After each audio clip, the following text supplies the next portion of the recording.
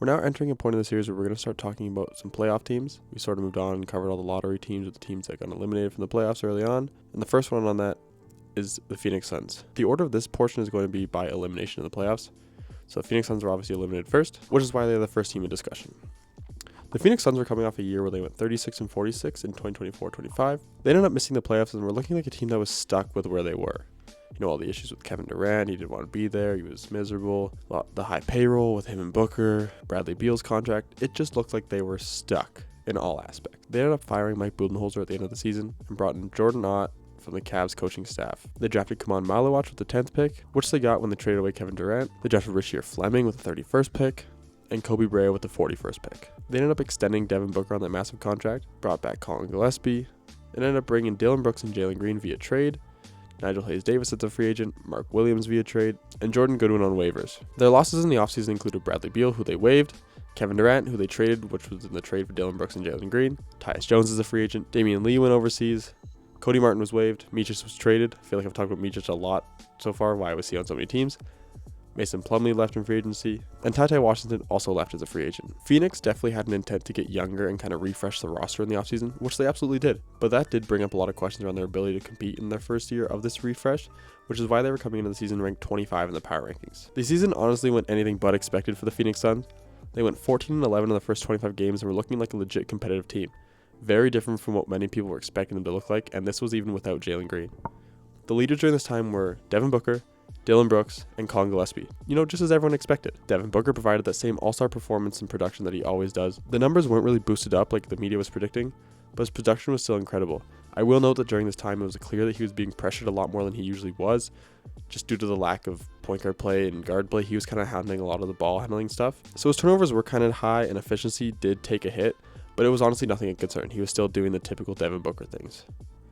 And they were clearly winning games. As for Dillon Brooks, he really took advantage of this new role, and he shined in it. He was taking 6 more shots a game and averaging around 20 points per game a night, on top of his incredibly annoying defense that everybody knows about. He played a huge role in enforcing this new culture under Coach Ott. The next culture commander, as I'm going to call him, is Colin Gillespie.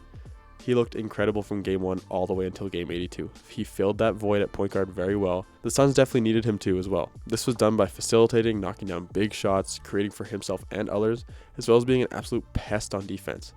This was every single night. He was a super fun player to watch all season. I will also note that outside of the Warriors, the Phoenix Suns were the team that I watched the most this year. They were a team that wasn't boring to watch. You know, they were really fun to see what they would do. It was kind of like a mixed match of players that were on the floor every night, and they did everything they needed to win. It was like an every man for themselves kind of thing.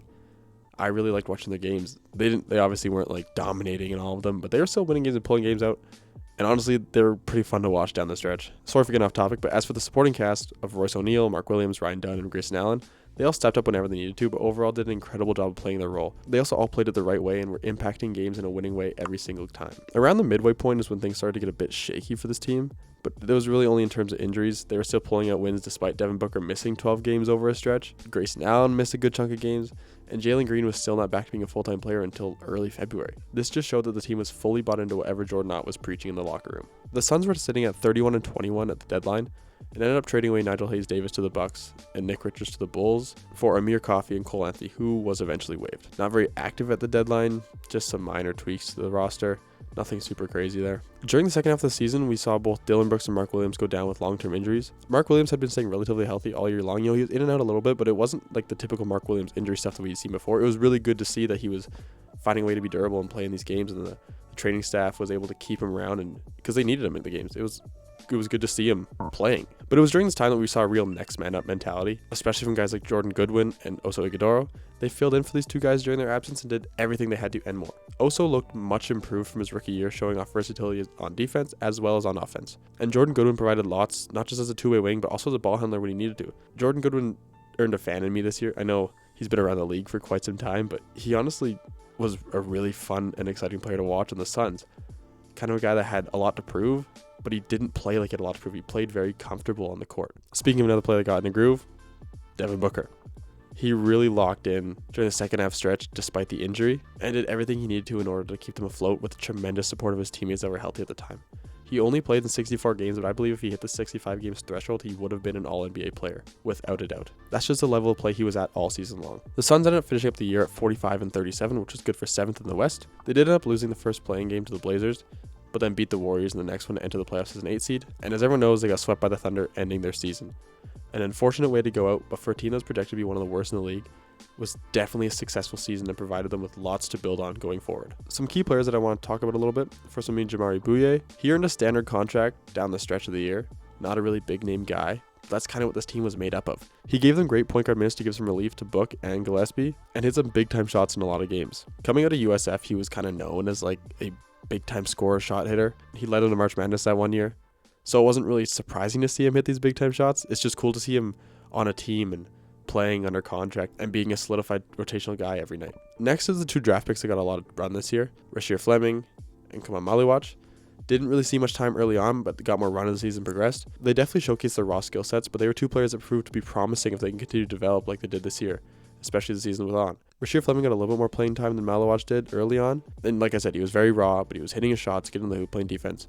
The typical stuff we were seeing from him at St. Joe's last year. Kamau Maliwatch really only got minutes at the end of the year when they were making that little playoff push, and it was pretty similar to what we saw at Duke last year. You know, a raw big man, block shots, catch lobs, but a guy that definitely looks promising going forward. As we look ahead in the offseason, it is to note that Phoenix does not have a first round pick this year, but I don't think Phoenix is too worried about that.